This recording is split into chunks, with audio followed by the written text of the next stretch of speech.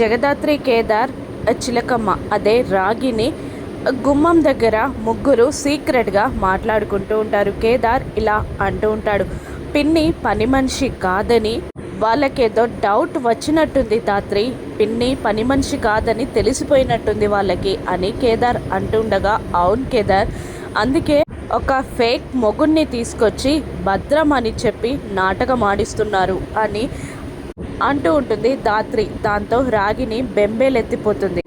ఇప్పుడు అతను నా భర్త కాదని చెప్తే అంటే మార్నింగ్ చెప్పిన డీటెయిల్స్ అన్నీ తప్ప అని నిలదీస్తారు అని అంటుండగా, ఇప్పుడు ఎలాగే మరి అని దీనంగా అడుగుతూ ఉంటుంది రాగిని. అది నేను చెప్పినట్టు చేయండి లోపలికి వెళ్ళాక అంటూ ధాత్రి ఒక సూపర్ ప్లాన్ని వాళ్ళిద్దరికీ వివరించగానే చిలకమ్మ ఫేస్లో నవ్వు వస్తుంది.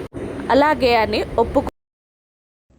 ముగ్గురు కలిసి లోపలికి వెళ్ళగానే చిలకమ్మని వైజయంతి నిషి ఇలా అడుగుతూ ఉంటారు, ఏం చెప్పింది అది నీకు అని అంటూ ఉండగా చిలకమ్మ సిగ్గుపడుతూ, నా పెనిమిటితో వెళ్ళడానికి నేను సిద్ధంగా ఉన్నాను అనగానే నిషి, వైజయంతి, యువరాజ్ ఫేసులు మాడిపోతాయి. భద్రం కూడా షాక్ అవుతాడు. ఏంటి అతనితో నువ్వు వెళ్తావా అని నిషి అడుగుతుండగా, అవును నా పెనిమిటితో నేను వెళ్తాను అని చిలకమ్మ సిగ్గుపడుతూ చెప్తూ ఉంటుంది.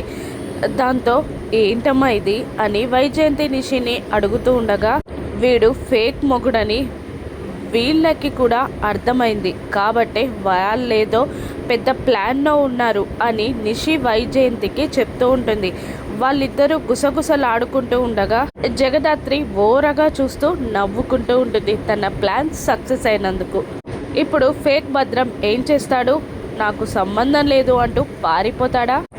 నెక్స్ట్ ఎపిసోడ్లో చూద్దాం. Thank you for watching.